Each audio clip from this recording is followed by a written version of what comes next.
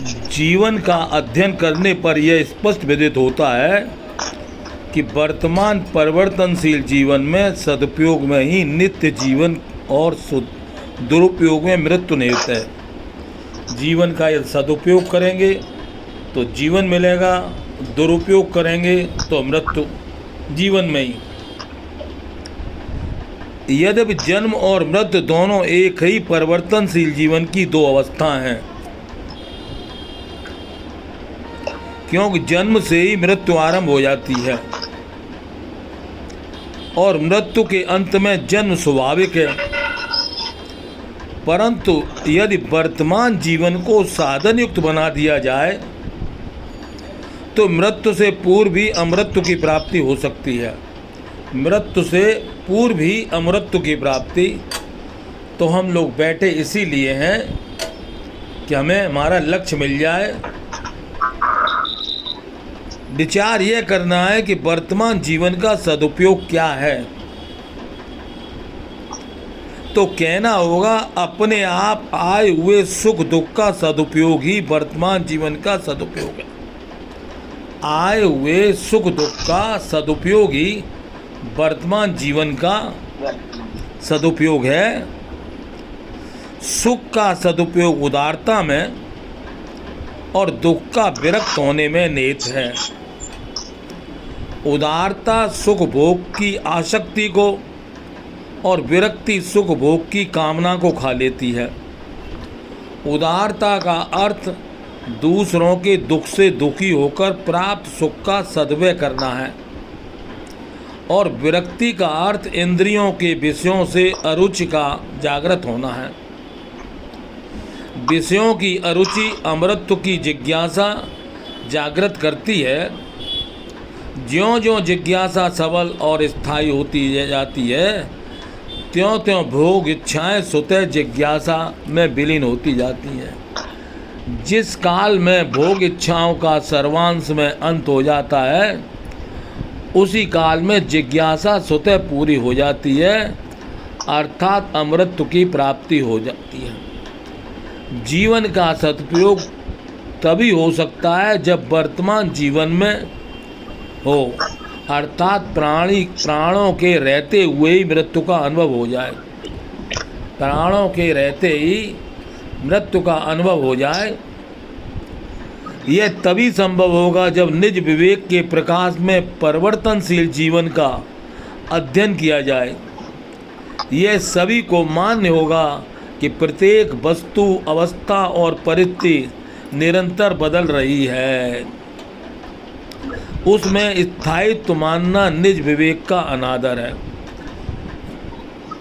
जब से हमने जन्म लिया है सबसे चीज़ बदल रही हैं और भूल से हम ये समझते हैं हम सदा रहेंगे, ये बात नहीं है।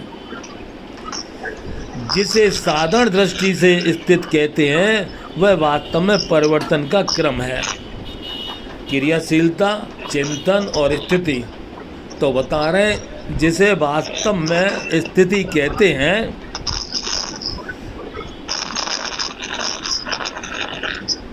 और कुछ नहीं, अथवा यों को समस्त वस्तुएं अमृत की ओर दौड़ रही हैं, क्योंकि परिवर्तन के ज्ञान में ही अपरिवर्तन की लालसा विद्यमान है। उस लालसा की पूर्ति वर्तमान में हो सकती है, क्योंकि जो उत्पत्ति विनाश रहित है उससे देश काल की दूरी नहीं है और जिससे देश काल की दूरी नहीं है वह वर्तमान में ही प्राप्त हो सकता है। तो अब हमें केवल इतना करना है कि वर्तमान जीवन का सदुपयोग, क्योंकि संसार में तो हर चीज परिवर्तनशील है। परिवर्तनशील जीवन की आशा में आबद्ध प्राणी ना तो वर्तमान जीवन का सदुपयोग कर पाता है और न अमृत्यु से अभिन्न हो सकता है और न मृत्यु से ही बच सकता है। अतः परिवर्तनशील जीवन से निराश होकर साधक को वर्तमान जीवन का सदुपयोग करने तथा अमृत की प्राप्ति के लिए प्रयत्नशील होना चाहिए। अब हमको किस लिए प्रयत्नशील होना चाहिए कि अभी हमें वर्तमान में ही अपने जीवन को सफल बनाना है, क्योंकि अमृत से जातीय तथा स्वरूप की एकता है, और जिससे स्वरूप की एकता है उसी की प्राप्ति अनिवार्य है। जिससे हमारे स्वरूप की एकता है, तो अमृत से हमारी स्वरूप की एकता है, परमात्मा से स्वरूप की एकता है, विवेक से हमारी स्वरूप की एकता है। जिसकी प्राप्ति अनिवार्य है उसका निराश होना प्रमाद है, और जिसमें सतत परिवर्तन है उसकी आशा करना भूल है। जो चीज़ बदल रही है वो बदलती ही रहेगी, और जो चीज़ न बदलने वाली है वो भी एक ऐसा तत्व है कि वो नहीं बदलने वाला है। तो हमें तो वर्तमान जीवन का सदुपयोग करना है। बना देना। वर्तमान जीवन का हमको सदुपयोग करना है। तो वो उसके लिए दो ही बातें रोज बताते हैं। पहला काम है बल का तो सदुपयोग करें और विवेक का आदर करें। हम लोग बैठे हैं, इसमें 4 तरीके के लोग हैं। एक हैं अर्थार्थी, दूसरे हैं आर्थ भाव वाले, तीसरे हैं जिज्ञासु, और चौथे हैं ज्ञानी। तो अर्थार्थी जो होते हैं उन्हें केवल घर परिवार की पड़ी रहती है और हमें संसार की चीज़ें मिलती जाएं, हमारा केवल इतना ही अर्थ है। हम समझते हैं हम संसार में आए हैं तो केवल संसार की वस्तुओं को प्राप्त करने के ही लिए आए हैं। तो ऐसे व्यक्ति का नाम है अर्थार्थी। दूसरे सत्संग में वो व्यक्ति बैठते हैं जो दुखी हैं, आर्त भाव हैं, और तीसरे जो लोग हैं उनका नाम है जिज्ञासु। तो वास्तव में जो सत्संग में बैठना चालू करता है वो धीरे से जिज्ञासु बन जाता है। अब हमारे अंदर सोई हुई जिज्ञासा जग जाती है।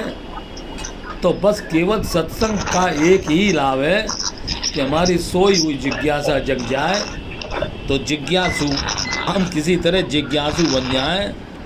तो और जिज्ञासु में प्रश्न हम लोग छोड़ देते हैं कि वर्तमान जीवन का सदुपयोग।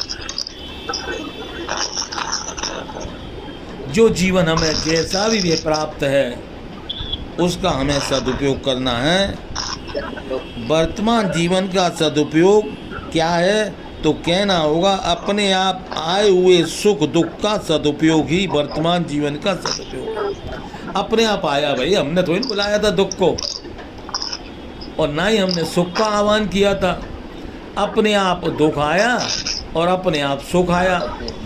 तो हमें वर्तमान जीवन का सदुपयोग क्या है कि आए हुए दुख का और आए हुए सुख का सदुपयोग करना है। तो दुख का सदुपयोग क्या है? अभी प्रार्थना बोली थी त्याग में है। दुखी प्राणी क्या सदुपयोग करेगा? दुख का त्याग करेगा। और सुखी प्राणी सेवा करेगा।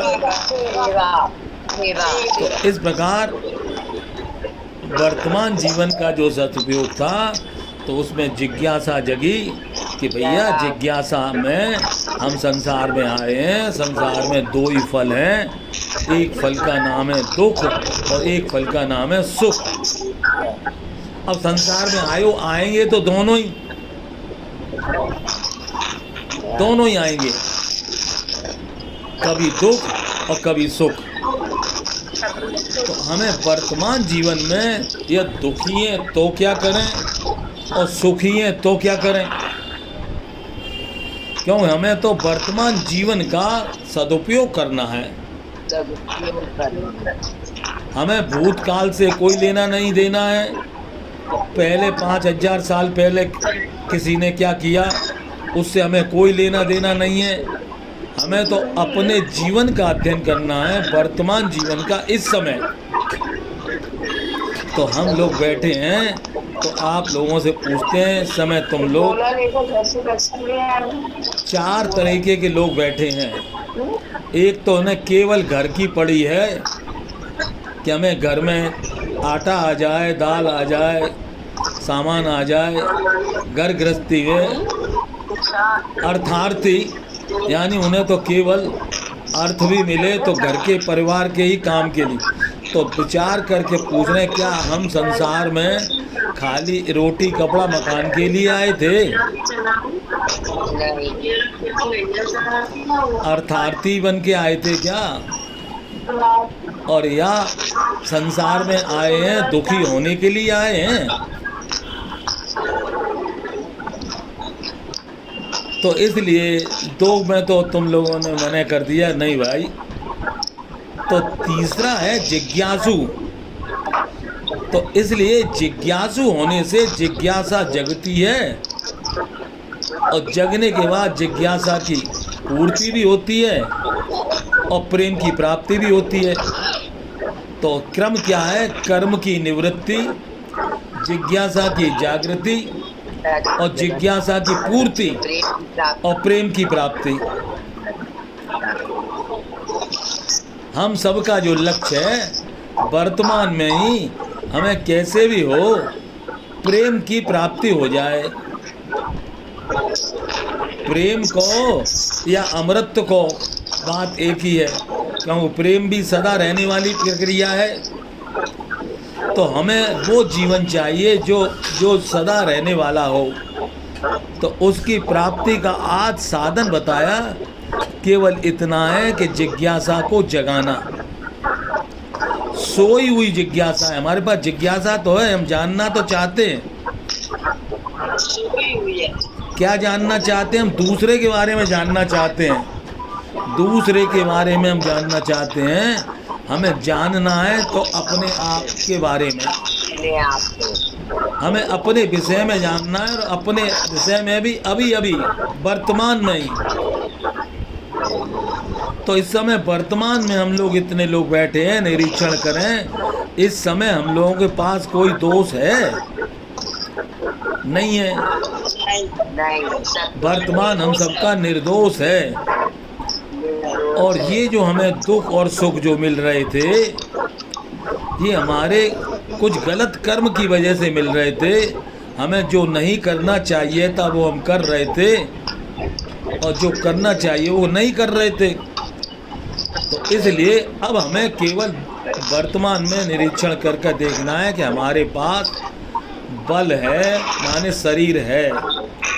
तो शरीर वास्तव में साधन के लिए मिला है। शरीर का उपयोग क्या है? साधन।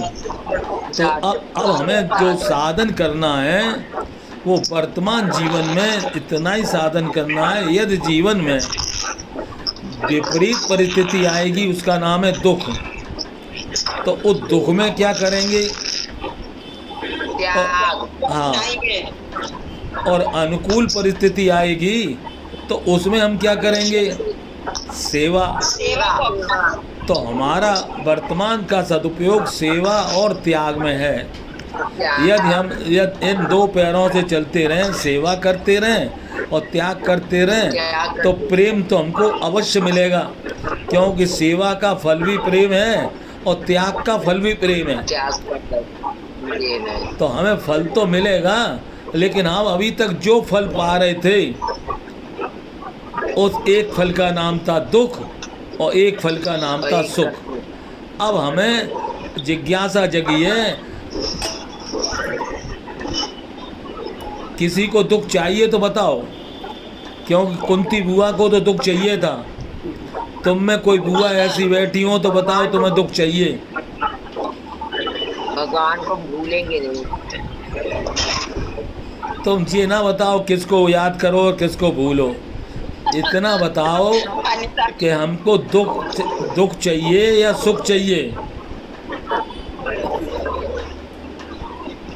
दुख आएगा तो त्याग करेंगे। अरे फिर कोई गुरुपंथी ना बताओ, जो करोगे वो तो तुम करोगे, तुम्हें पता चलेगा। हमारे सामने तो ये बताओ कि दुख और सुख ये दो फल हैं और संसार में आए मिलेंगे जरूर। मिलेंगे जरूर। आप लोग तो वर्तमान में यदि हम दुखी हैं अथवा सुखी हैं तो अब हमें जिज्ञासा को जगाना है। हमारी जिज्ञासा जग जाए। सोया हुआ ये संत सोए हुए मानव को जगाने के लिए आते हैं। जो भी संत आए हैं वो हमें जगाने के लिए आते हैं और जगा कर क्या जगाते हैं? वो जगाते हैं हमारी जिज्ञासा। हम जानते तो हैं, तो हमारी जिज्ञासा क्या है? तो उस जिज्ञासा को हम प्रकट करेंगे। हम ये चाहते हैं। तो हमने अभी प्रश्न पूछा था, कुंती की तरह दुख कोई चाहने वाला है या राधा की तरह प्रेम चाहने वाला है? तुम्हें दुख चाहिए या सुख चाहिए? प्रेम भी कौन सा? राधा वाला। राधा का प्रेम ऐसा था कि उनको प्रेमास्पद तो मिले नहीं, लेकिन प्रेम मिल गया।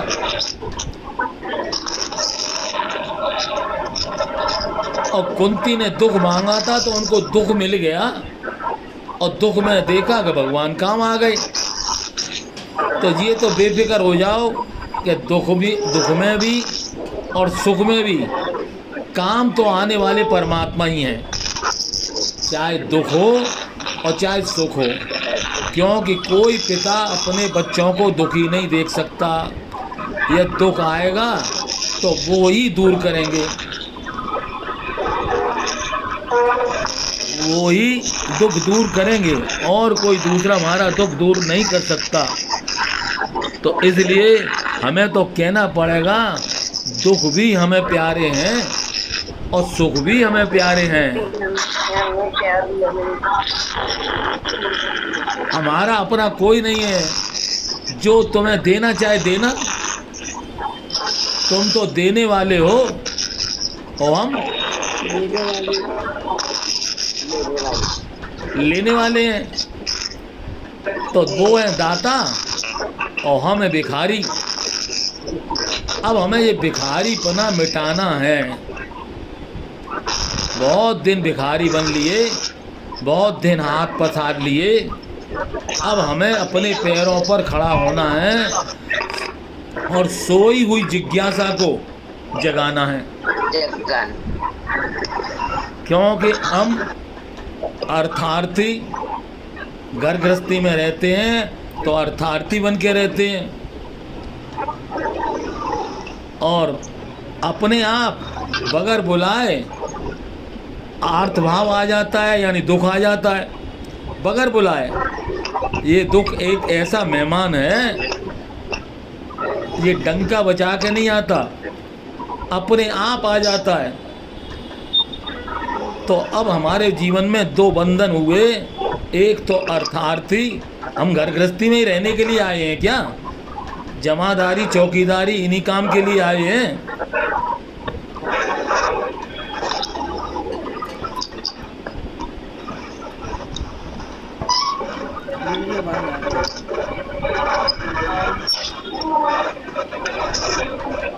तो अब ये बात बताओ, क्या संसार में चौकीदारी और जमादारी के लिए आए हो?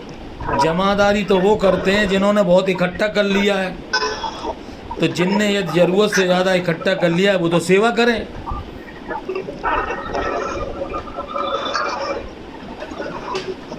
और यदि इकट्ठा कर लिया है और फिर नहीं करोगे सेवा तो फिर तुम्हें चौकीदारी करनी पड़ेगी, उसकी रक्षा करनी पड़ेगी।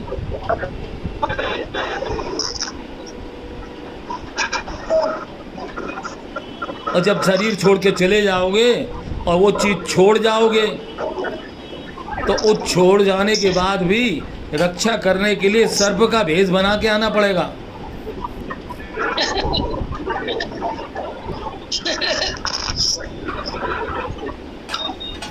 इसलिए जिज्ञासा जगा कर हमें सत्संग में बैठकर अपनी जिज्ञासा जगानी है। और जिज्ञासा जग जाए तो बहुत बड़ा काम हो जाता है। जिज्ञासा की जागृति और फिर जिज्ञासा की पूर्ति। पूर्ति क्या है? भगवान के सिवाय और कुछ है नहीं।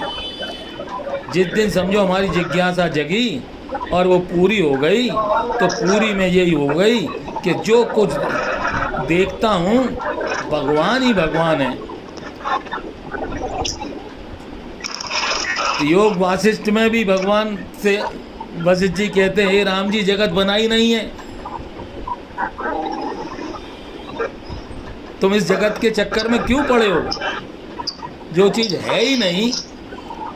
तो अभी जो शब्द आया था, जो स्थिति है, ये वास्तव में ऐसी स्थिति है कि शरीर में तो अलग प्रकार है, क्रियाशीलता है, चिंतन है और स्थिरता है शरीर में। लेकिन अपना अंदर देखेंगे, अपने में क्या है, तो अपने में ऐसी स्थिरता है कि जिसमें कोई चेंज की जरूरत नहीं है। बदलने वाली चीज बदलेगी और जो ना बदलने वाली चीज है वो कहीं नहीं बदलेगी। सोना एक ऐसी प्रक्रिया है कि ये वास्तव में सोना ही रहता है, लेकिन बदलना भी इसकी क्या प्रक्रिया है? कुंडल बन जाएंगे, अंगूठी बन जाएगी, रहेगा तो सोना ही। ऐसे ही हमारे पास जो जीवन है, वो जीवन ऐसा जीवन है कि जीवन तो सदा रहने ही वाला है। अब जीवन के दो रूप हो सकते हैं। एक जीवन का रूप हो सकता है दुख रूप और एक जीवन का रूप होता है सुख रूप। तो इसलिए दुख और सुख तो पहले से विचार के चलो कि वहाँ से तो चले थे जब, तब ये नहीं मालूम था संसार में जाएंगे इतना दुख मिलेगा। शादी तो बड़े प्रेम से करी थी, ये थोड़ी मालूम था शादी के बाद इतने पापड़ बेलने पड़ेंगे, हैं?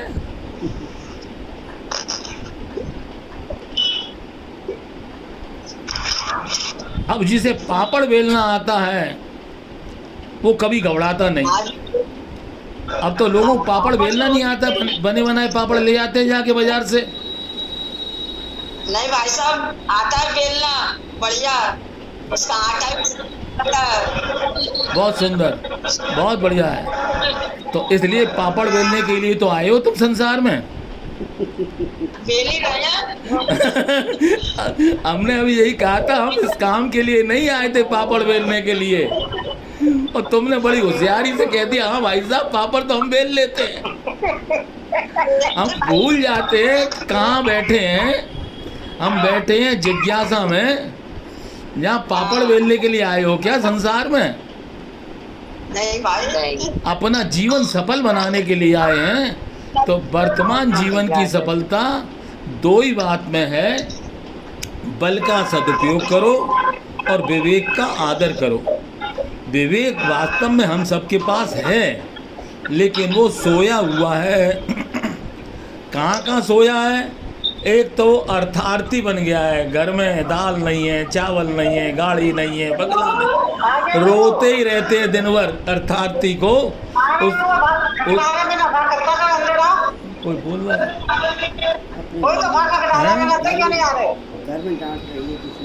हाँ, तो इस प्रकार एक है अर्थार्थी और एक है आर्थ भाव वाले। वही लेडीज जो कर रहा। तो आर्थ भाव वाले की पहचान बता दें, वो हल्ला बहुत मचाता है। दुखी व्यक्ति इतना हल्ला मचाता है, इतनी जोर जोर से बोलता है, तुमको पहचान दे। जब भी तुम जोर से बोलने लगना ना, बोलते तो सभी हैं। जैसे सड़क पे चलते चलते एक आदमी बोलता तो चलता ही है, लेकिन एक आदमी जोर से बोल बोल के चलता है तो उसको लोग क्या कहते हैं? पागल है। मंजू को पहचान है। तो हमको जो है ये बात पक्की कर लेनी है कि हमको किसी भी कंडीशन पे अपनी बोलने की शक्ति का ह्रास नहीं करना है, यानी जोर से नहीं बोलना है। तो इसलिए हमारी जो साधना है वो मौन की साधना है। तो हम मौन की साधना करेंगे तो ये वीडियो कॉन्फ्रेंस में भी हमारा सत्संग सफल हो जाएगा। और यहाँ पर भी हम बैठकर हल्ला मचाएंगे तो इतने लोगों का डिस्टर्ब होता है तो बता नहीं सकते। इसलिए कम से कम किसी का लाभ पहुँचाएं, ना पहुँचाएं, हानि तो ना पहुँचाएं।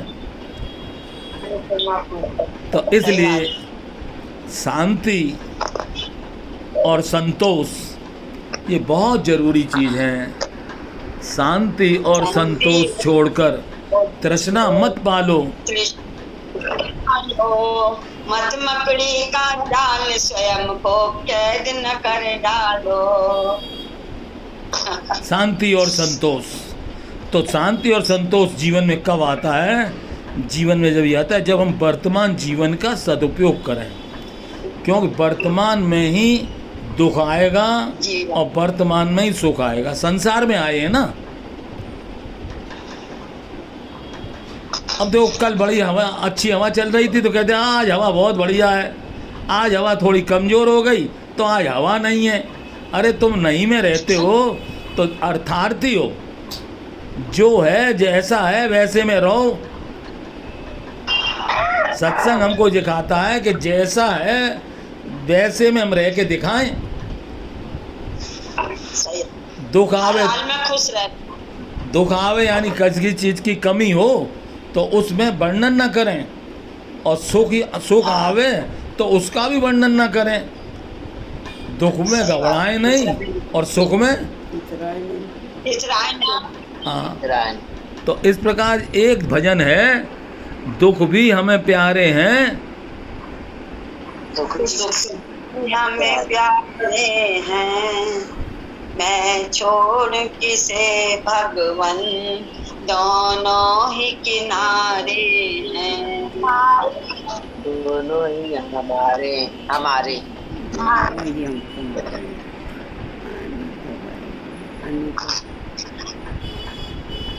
तो इस प्रकार वर्तमान जीवन का सदुपयोग ही हमारे जीवन का बहुत बड़ा लक्ष्य है। जिसने वर्तमान जीवन का सदुपयोग कर लिया तो उसके जीवन में किसी प्रकार की कमी नहीं आएगी।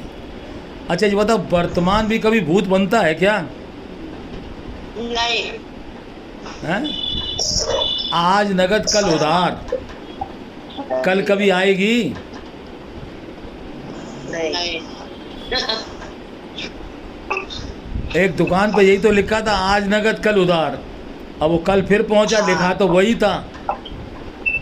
तो लिखने वाले ने लिख दिया है, हम लोगों की सारी पिक्चर पहले ही बन चुकी है, हमें केवल पिक्चर देखनी है। पिक्चर के डायरेक्टर मत बनो, केवल सीयर बनो, देखने वाले, दृष्टा। जैसा भी जीवन में जो जो चीज़ आवे इधर वाला दबाना। हाँ दबाव से, हाँ अब स्टार्ट कर दो।